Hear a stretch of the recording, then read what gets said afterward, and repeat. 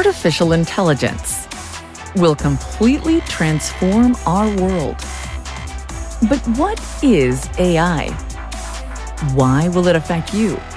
And how can you and your business survive and thrive through the AI revolution? Welcome to AI and You. Here is your host, author, speaker, and futurist, Peter Scott. Hello and welcome to episode 261. How do you deal personally and organizationally with exponential change? That's the subject of a new book, Super Shifts, Transforming How We Live, Learn, and Work in the Age of Intelligence. And I have both of its authors on the show with me today. Dr. Ja-Nae Duane is a behavioral scientist who has worked with companies such as PwC, Saudi Aramco, AIG, and Deloitte. She is a member of the Loomis Council at the Stimson Center, collaborated with the National Institute of Health, and holds appointments at Brown University and MIT's Center for Information Systems Research. Steve Fisher co-founded the Futures practice at McKinsey & Company and is the managing partner of the consultancy Revolution Factory. At FTI Consulting, he led the adoption of generative AI for business model transformation and is chief futurist at the Human Frontier Institute. Together, they have previously authored the bestseller, The Startup Equation. This week, we're going to talk about what shaped their careers in this work, the definition of a super shift, and how people react to them over different timescales, human patterns of change, how a family might be dealing with all this in 15 years, and opera. So let's get into the interview. Ja-Nae Duane and Steve Fisher, it's a pleasure to welcome you to AI and You and to talk about your book, Super Shifts, Transforming How We Live, Learn, and Work in the Age of Intelligence. But first, perhaps you could give us an idea of your background, because I'm always fascinated in how people came to be in the niche that they're doing, how they came to find their unique purpose. And what is it that changed in your lives and the world that resulted in you being these futurists and writing this book?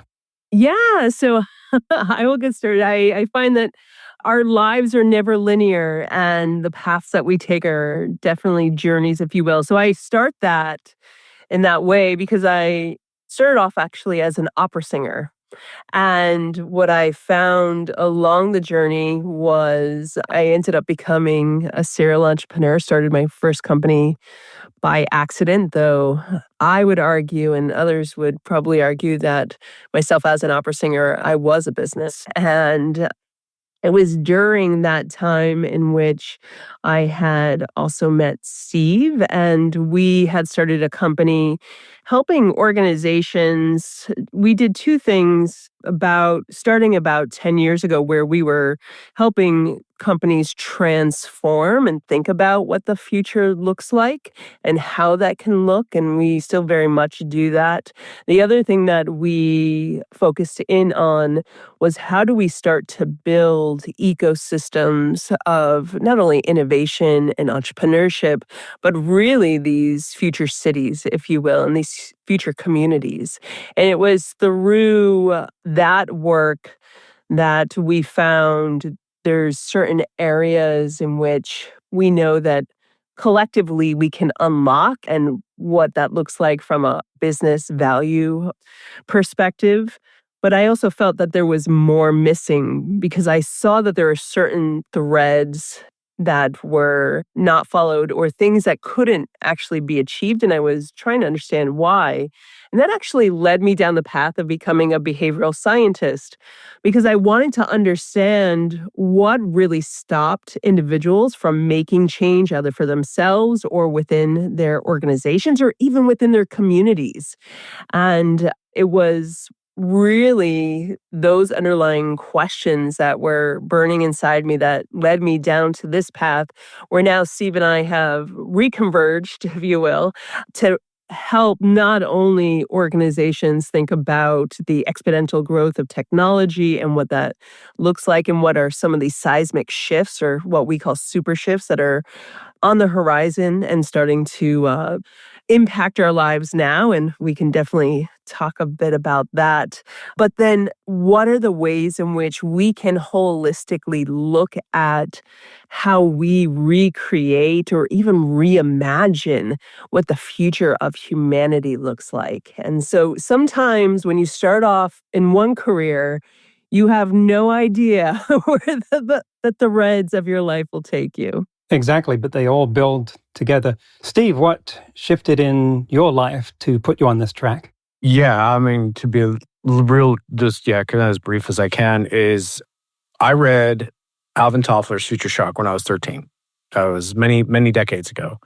And I was like, you can do this as a job. I read a lot of science fiction. A lot of it impacted me.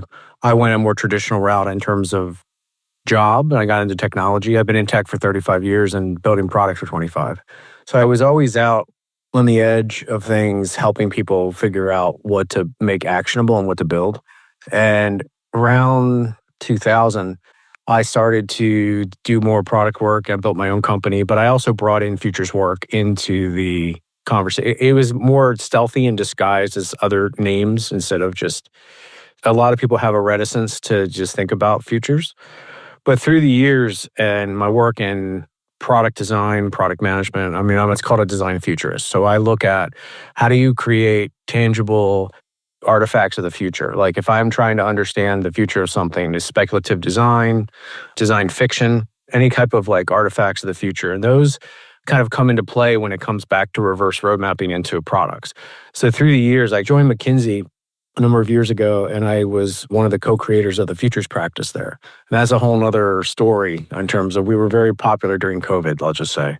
And through that experience, developing my own framework and methods that I used in helping clients, helping people. And I developed, and I would say with Ja-Nae too, like my background is a few things. Is one is a macro historian. I look at large cycles of time, which is the ages and eras theory in the book, which covers like 1,000 years and looks at this new age. We're entering this age of intelligence.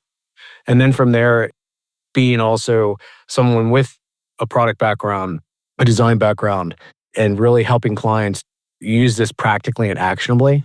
So I come at this now with a space to really make people futures fluent, futures literacy, because I think for us, the more people that can talk this language, the more that they can imagine better futures, they can take action on them instead of just being reactionary. And that goes, Ja-Nae's compliment to this book is that she's like a systems thinker. So I think that the balance of both of us bring not just that, I think a narrow band, or it would be half of the book. Like it was one half of the book would be missing, I think. So that journey of these decades, it's always been my foundation, is a futures thinker. So thank you. Ja-Nae, I think you're the first opera singer we've had on the show. And I'm really tempted to ask about how that influenced in fact, I will ask, how did that influence your arrival into this field? Because opera is full of nothing if not grand themes, big apocalyptic explorations, at least in Wagner and many other places. And you could easily draw on that for a wealth of metaphors. Do you find that something where your mind brings up those associations? Oh, yes, that reminds me of this. Yeah. There's many connections that I make between that work and that medium and the work that we do now. And you've hit upon a few of them. One is really around narrative and what are the narratives that we collectively try to create or want to create and think we're creating versus the underlying narratives that we have for ourselves and how we come to either our work or as we think about our own identity or as we represent ourselves in the world or even to pockets of people. So that is absolutely one area that I love to explore and the tensions between those. And I think it's important to think about because as we think about either the work that we do, the work that we want to do, how we may want to change the future, as we think about our organizations and where we want them to head, how do we find meaningful things, work, play, that we want to explore. How do you make sure that you're doing that in a way that also resonates with you and you can sort of sit with that tension of who you think you are versus maybe what you project out into the world? And so that I very much build off of my work as I used to build characters within operas and thinking about those narratives. The other big thing that I really love to make connections between are as we do work with organizations around a spectrum of futures and allow them to do some adaptive scenario planning. It's the same as if you were going through a play, going through an opera, either as an audience member and or as someone who is within that performance. You think you know what the outcome is going to be, but there are so many different variables that you cannot control. You can't control who else is on stage, whether or not you have a systems failure on stage, or even if the orchestra is going to play in the same way in which maybe you've rehearsed 1,000 times. And so being able to be present in that dynamicism is, I think, really important for us as leaders. And so that's something that I try to hone in on with executives and leaders as they're also thinking about the future and thinking about what the possible outcomes could be. So those are just some areas in which I love to sort of play, and it's my sandbox, if you will. Quite evidently, yes. Steve, what's your favorite science fiction? Oh, wow. It's a tough one. I think for me, it's kind of a tie. I think for me that I'm a world builder. So for me, doing world building, creating all this, the people of the future, like the things that I do in the scenario work. So I look at universes. I mean, so when it comes to book series, I'm tied between Dune and Foundation because Kim Stanley Robinson, the Mars series, great. Yeah, it's great because what's both interesting about them is that they both took AI out of the equation. In Dune, they have the Butlerian Jihad, and everything is based on before the Jihad or after the Butlerian Jihad, which is where they basically a war against the machines, super intelligent artificial AI. So, and then in Foundation, it was taken out. I think earlier it was a different battle, but I think it was a mechanism for them to not get too deep into a future they couldn't be accurate in, right? They couldn't get at least some, and the AI would be almost like a Superman story. Like Superman over the years in comics has gotten a lot more powers in order to get out of it. It's how much can you add on to solve and get out of an issue? So it really put the human element into it. So those are why. So it's obviously your show, AI and You. It's like, imagine if that gets to the point where we have to take that out and go back to doing certain things and that's what I love about it. It's like these are all 20,000 years in the future of some way, and it is still humanity as humanity, tribal. Definitely both provoke that futurist mindset because they span thousands of years. Each of those I periodically reread the Foundation books and Dune. In fact, I'm right in the middle of rereading Heretics of Dune at the moment, and these span thousands of years and show the evolution of civilizations. So let's get to the book because we need to drill down into this. And starting at a high level, it strikes me, the book, as being a framework for shoehorning new beliefs into and new concepts, new ways of thinking into the reader's mind. You introduce a lot of new terminology to label various novel concepts. And I wanted to start out with just, in a nutshell, what is the essential purpose of this book? What is the change that you need and want that to accomplish in the reader? There's three things. One is the way we are looking at the world is the way we used to look at the world, and that doesn't work anymore. So this new age, we call it the age of machines before, which is essentially the Industrial Revolution. The ages and eras theory is 4 eras, 50-year periods. And we are moving into, and also which encompasses a new age. We're at the beginning of this new era, which we call the quantum era, but this age of intelligence. For the first time, we'll have intelligence or things that are smarter than humans, and longevity, all the other things are going on. That's the first one. And it's repeated. It repeats its pattern. So the second is accelerated convergence. When you look at the shifts, the trends, the megatrends, all the things around that, there's a coalescing that is creating a larger systemic, well, I guess you could say systemic kind of creative destruction, if you will. And that is where the super shifts come in, because we've identified them so that they're not all happening at once. It's not like this like massive thing, but they are big and they are transformational for what the next 200 years lay out. And then the third is that there are multiple simultaneous possible futures. There's not just one collapse or one transformation or one resilience. A lot of the future scenario work is around, and it's great work in its way, but I don't think it's enough for what we're facing and going to face, is that one person's collapse is another person's transformation. Take AI, for example. There are people in their jobs that are refusing to learn it. They're afraid of it. Maybe they're older. They don't want to retrain again, and they're being forced out of a market. That's a collapse. That's a personal collapse, right? Whereas others are embracing this as a new way to define themselves, to differentiate themselves, to be competitive, to be job marketable, and to really succeed in a new future. And that's a transformation. Simultaneous futures, right? So that's those three things. That's the big three things of the book, I would say. You have gone into two very different timescales there. You're talking about something that's happening over another 200 years, and at the same time talking about what people are facing in the future of their jobs right now. How does one connect to the other? The ages and eras, like I said, it looks into the first, there's 4 50-year eras. One of the chapters goes in the next 50 years. But what we use in futures is a technique called backcasting.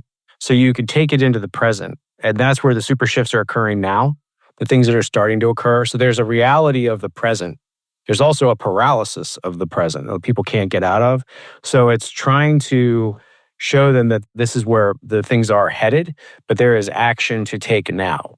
And that's the balance of the book, that it gives you the broader understanding and the picture so that you can understand your place in it. But at the same time, you don't have to just, oh, that's 10 years away, 20 years. No, it's now.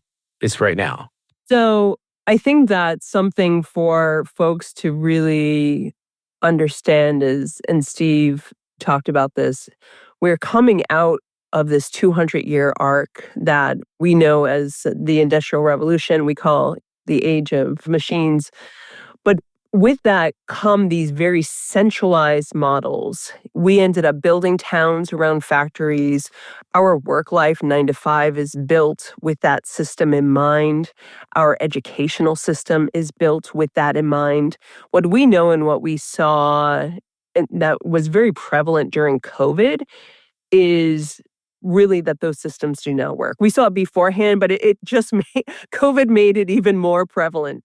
And so what we're grappling with right now as individuals, as organizations, is that tension between what we have known for the past 200 years as systems of work, of systems of living, and moving into completely new systems. And it's hard to create heuristics for these new systems when you don't have anything to build off of, right? We have nothing to look back on. And so how can you reimagine what a system is if you have no anchor for it? And that's part of the tension that many folks and organizations grapple with.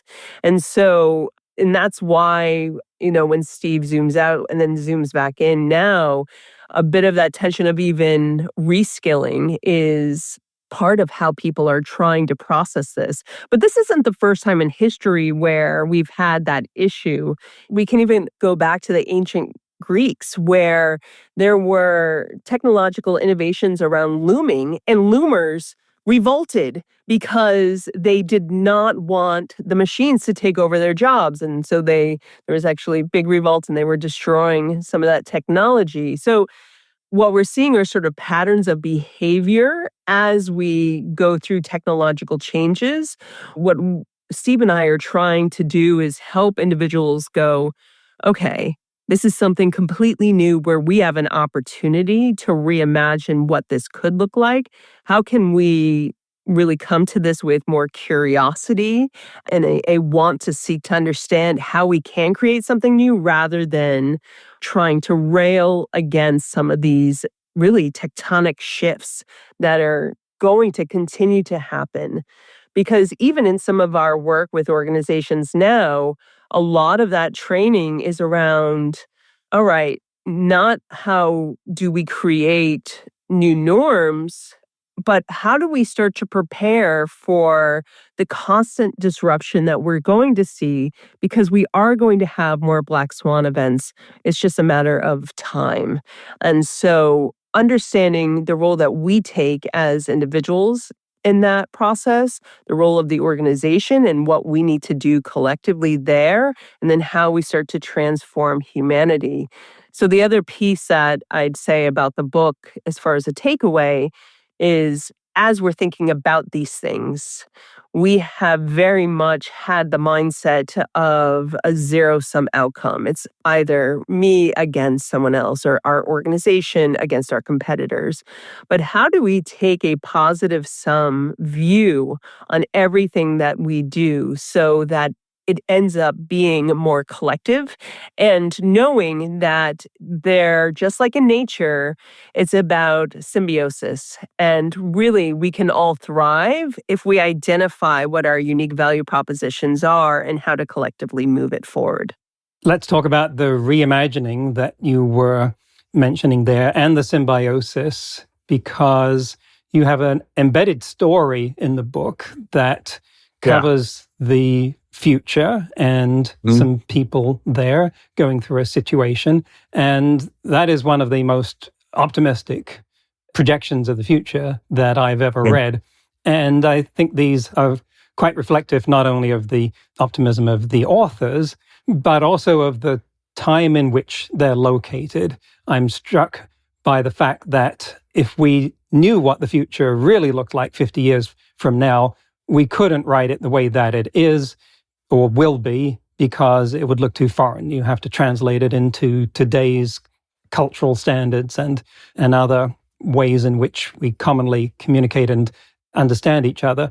So in that future story there, AI plays a big part because you're projecting the role that that will have in the future, and you can see where it's going right now in terms of some kind of symbiosis with us. And how would you describe the way in which AI's trajectory intersects ours in this future stretching out over the next few decades? That was a big part of my writing for this, was the Sinclairs. We want it, first of all, for those who haven't read it yet, and we hope you do, is the prologue introduces you to a family. It's set in 2040. They're the Sinclair family, someplace in the world. We don't know where. Mother's a AI ethicist. The father is an eco-engineer, bioengineer, so kids 10 and 16. So girl 16, she's a history person. She's really into education and she's interacting. They all interact with some sort of AI and the way the systems and the boy is really into quantum computing and he's very smart, kind of modeled after our kid. And he is, Oliver is his name. And he has a little one named Mochi. He likes his ice cream. And grandma is, so it's a multi-generational household. She's a teacher, but she teaches things virtually because she can work from her. Basically, the bedroom is the classroom for her and she can be in that. But they all have interactions with systems.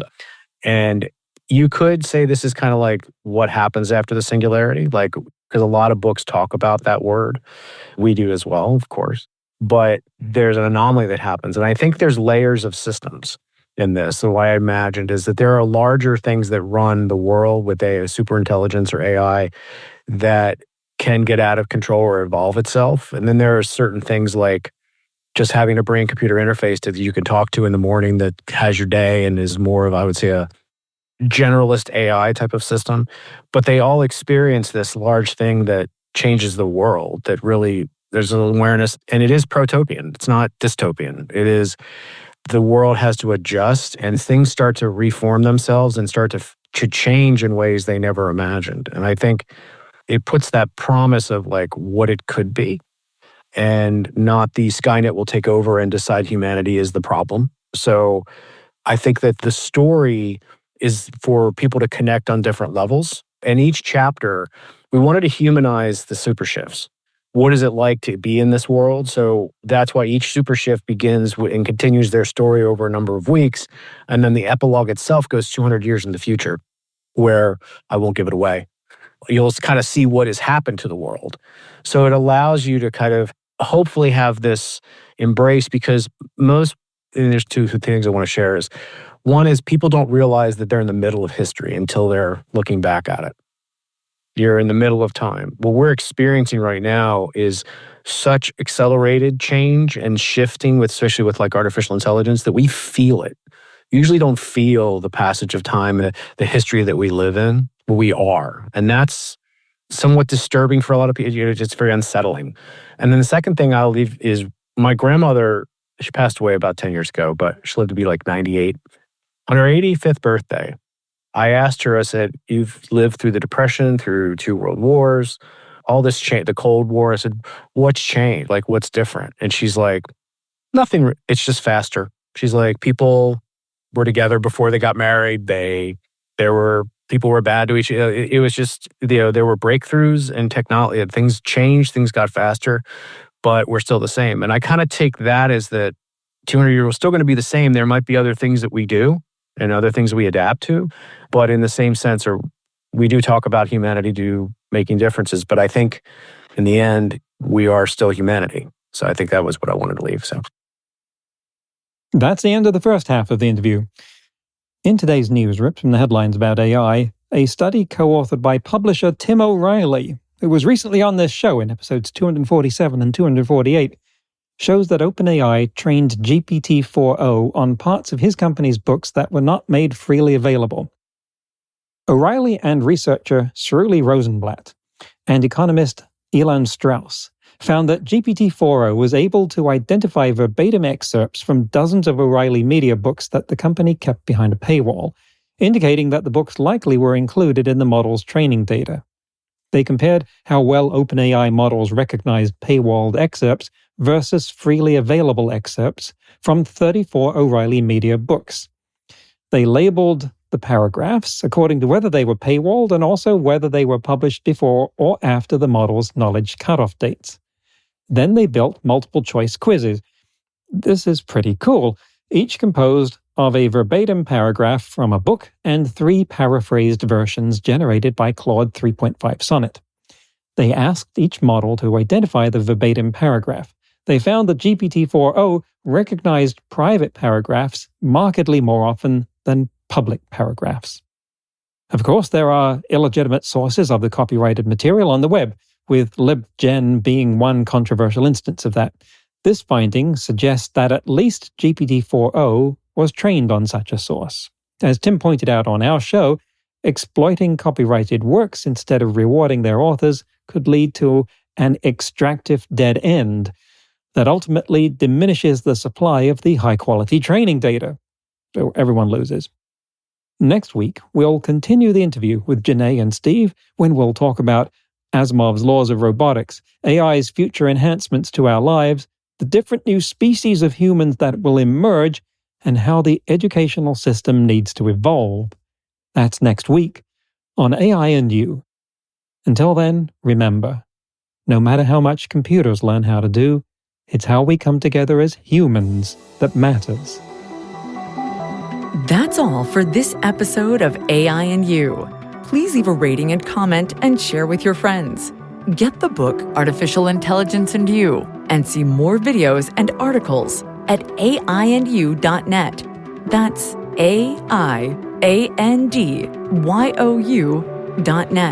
where you can also send us your questions. Thank you for listening.